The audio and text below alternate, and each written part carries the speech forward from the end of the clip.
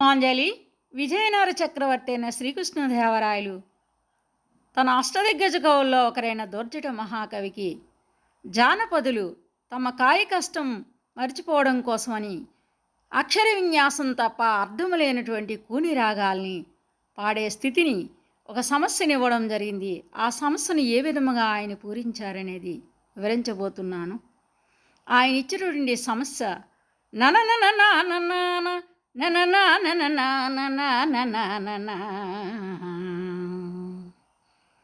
దుర్జట మహాకవి మహాత్మా ప్రభు అక్షర విన్యాసం తప్ప అర్థము లేని సమస్యనిచ్చారు. అయినా ఆ శ్రీకాళహస్తీశ్వరుని దయ వలన పూరించదని వినండి అని పూరించడం జరిగింది.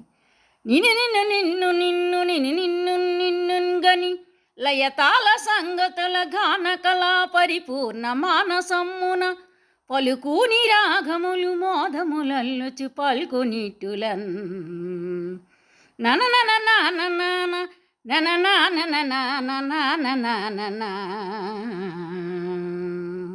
ధన్యవాదములు.